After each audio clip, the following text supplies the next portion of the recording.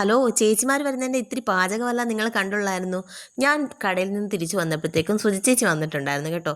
ചേച്ചി വന്നപ്പോൾ അവിടുന്ന് ഒരു വനം വെട്ടിക്കൊണ്ടാണ് വന്നത്. എന്താണെന്ന് നിങ്ങൾക്ക് ഇപ്പം കാണാം കേട്ടോ. നോക്കൂ, ആ കവർ നിറച്ച് അവിടെ പറമ്പിലെ പോച്ചയാണ്. എല്ലാം ഔഷധ സസ്യങ്ങളാണെന്നാണ് പുള്ളി പറയുന്നത്.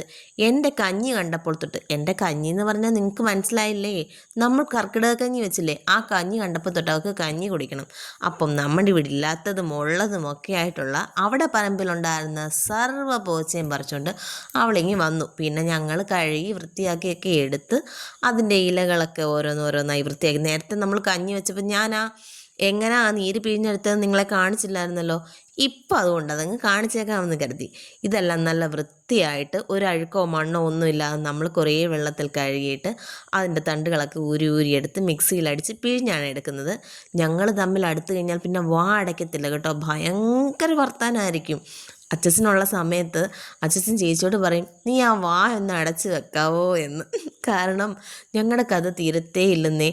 അൺലിമിറ്റഡാണ് ഞങ്ങൾ രണ്ടുപേരും. സുഗന്ധി ചേച്ചിയെ പിന്നെ ചേച്ചി ഷോപ്പ് തുടങ്ങിയത് പിന്നെ അങ്ങനെ ഒത്തിരി കിട്ടാറില്ല. കാരണം ചേച്ചി കട അടയ്ക്കാനും തുറക്കാനും ഒക്കെ അവൾ മാത്രമല്ല ഉള്ളൂ.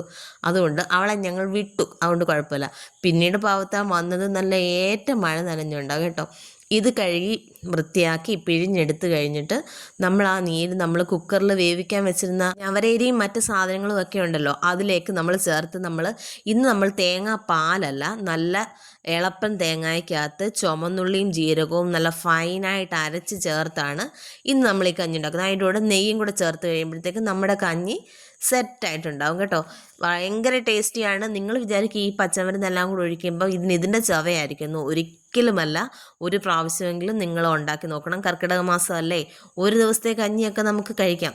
ചേച്ചി വന്നു കഴിഞ്ഞാൽ എനിക്ക് ഭയങ്കര ഹെൽപ്പാണ് കേട്ടോ.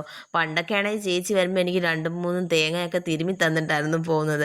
ഇപ്പം പിന്നെ പാവത്തിനെ ഞാനങ്ങനെ ശല്യപ്പെടുത്താറില്ല. അവക്കും ജോലിയൊക്കെ ഇല്ലേ.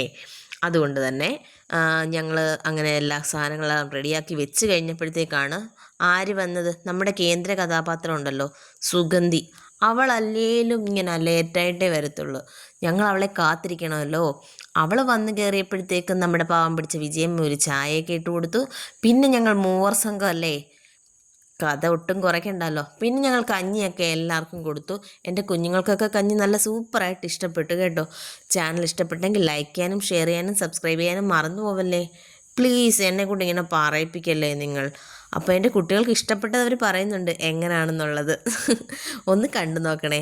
ഒരിക്കലെങ്കിലും ചെയ്തിട്ട് ഇതിൻ്റെ അഭിപ്രായം നിങ്ങൾ വേണം അറിയിക്കാൻ. ഓക്കേ.